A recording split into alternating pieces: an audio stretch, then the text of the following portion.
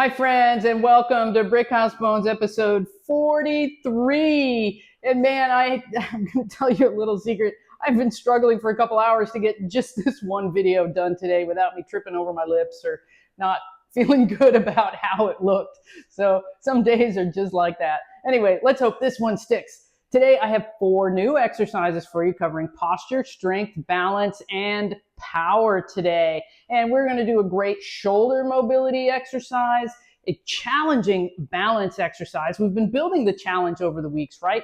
We're doing a single leg bridge exercise. We're taking that double leg bridge and making it harder. That's what we do as we progress through these weeks. And then lastly, I'm going to break down the dumbbell power snatch. This is a power move. It can be a little bit complicated, but this is a move that progressive programs that work with older adults use because we know power can impact your quality of life and can help improve your gait speed and fall metrics and all kinds of wonderful things like that. So power moves are really, really helpful, and a power dumbbell snatch is one of those things. So we'll break it down for you today.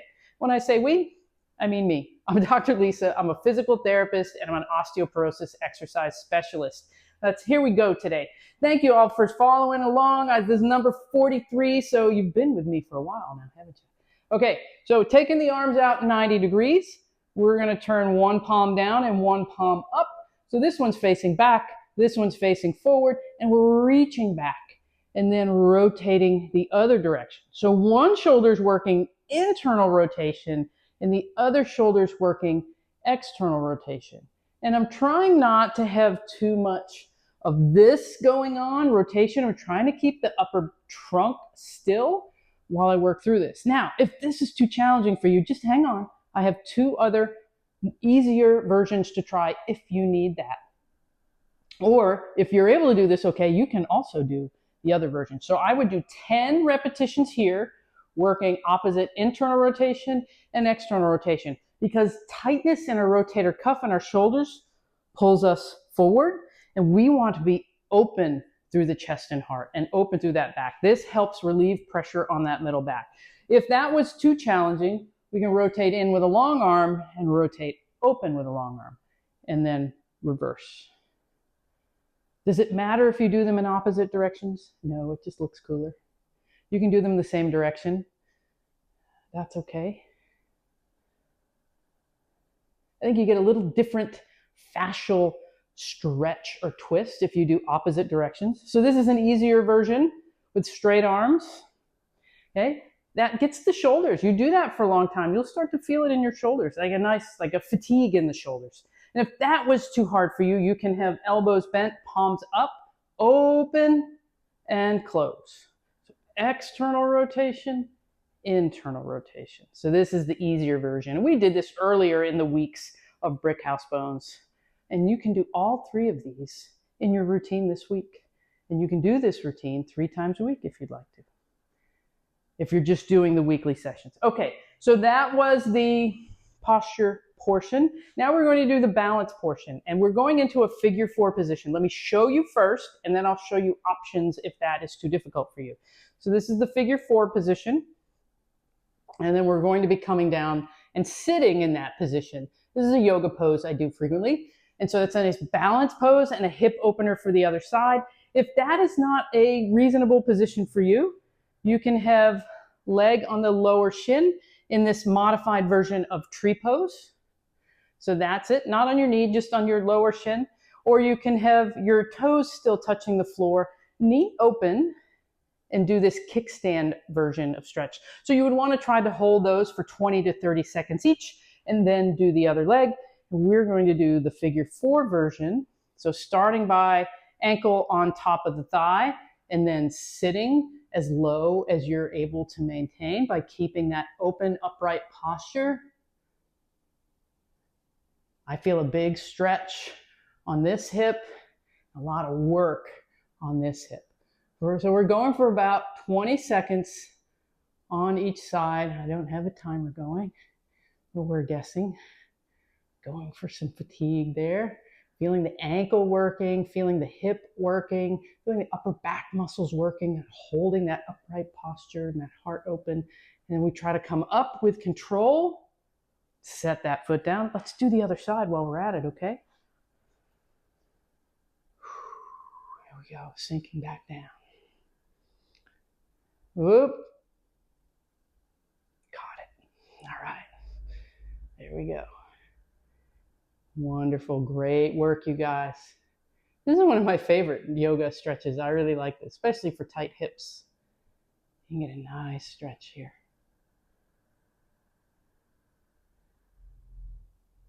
And come up with control, back down. Whew.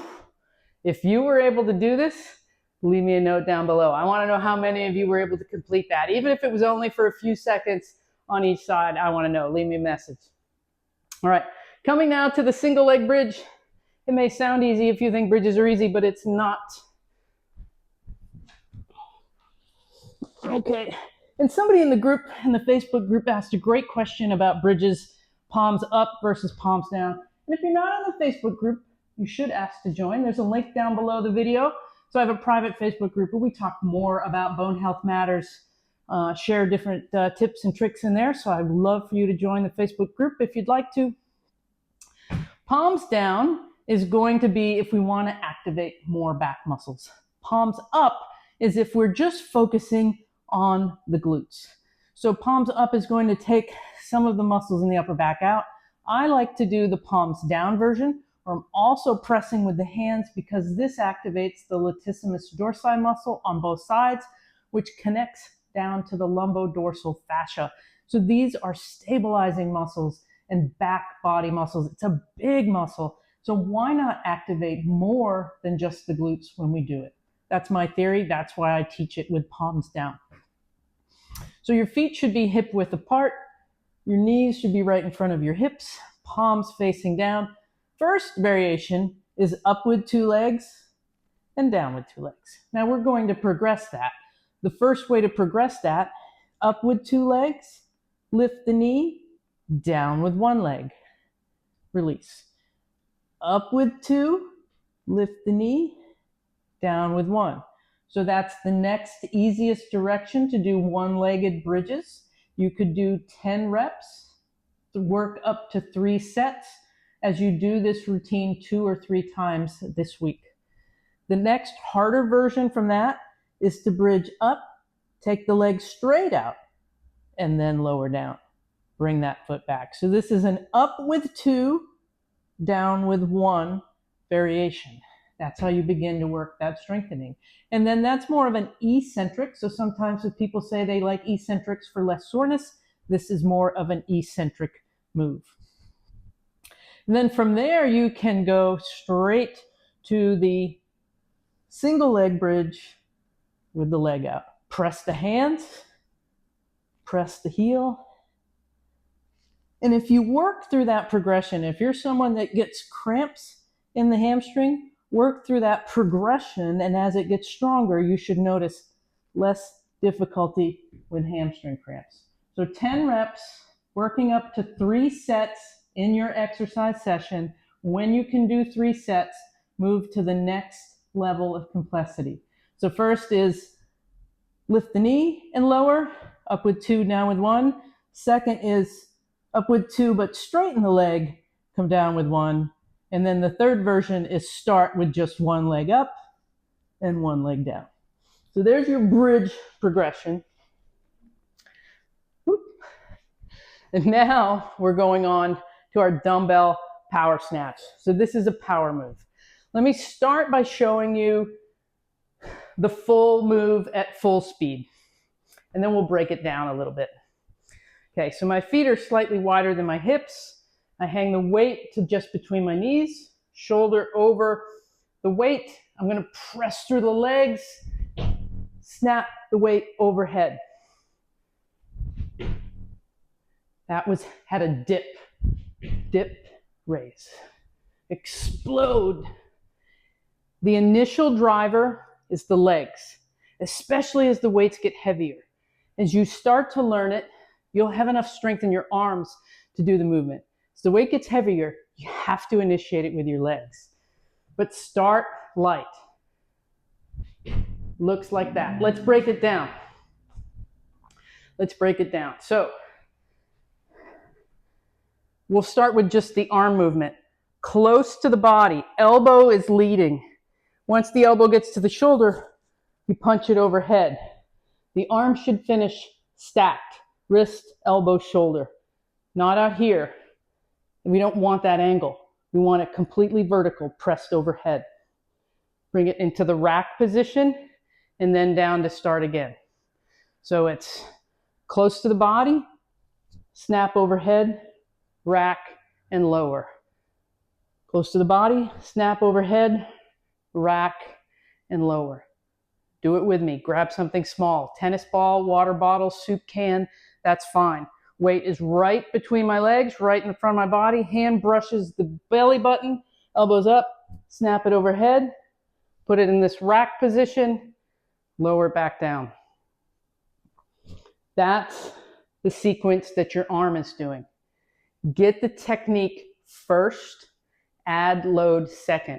Practice, practice, practice the technique before you make anything heavy or challenging. Make sure that what you're learning and getting recorded in your brain for the movement pattern is the right pattern before you add load. Okay, so now we're going to add the legs. The hands are going to come down halfway between the thigh. Hips come up, snap it overhead, front rack position, lower it back down. Reach the hips back, press through the feet, dumbbell finishes overhead, lowering it back down. Now, you start to get a little bit lower. Now it's between the knees. The shoulders should be over the weight. Okay, shoulders should be over the weight, snapping it up. Use a weight you can control to start. As you get better, you're going to pick up the speed. So, and if you do this with a light weight, you'll be able to control it.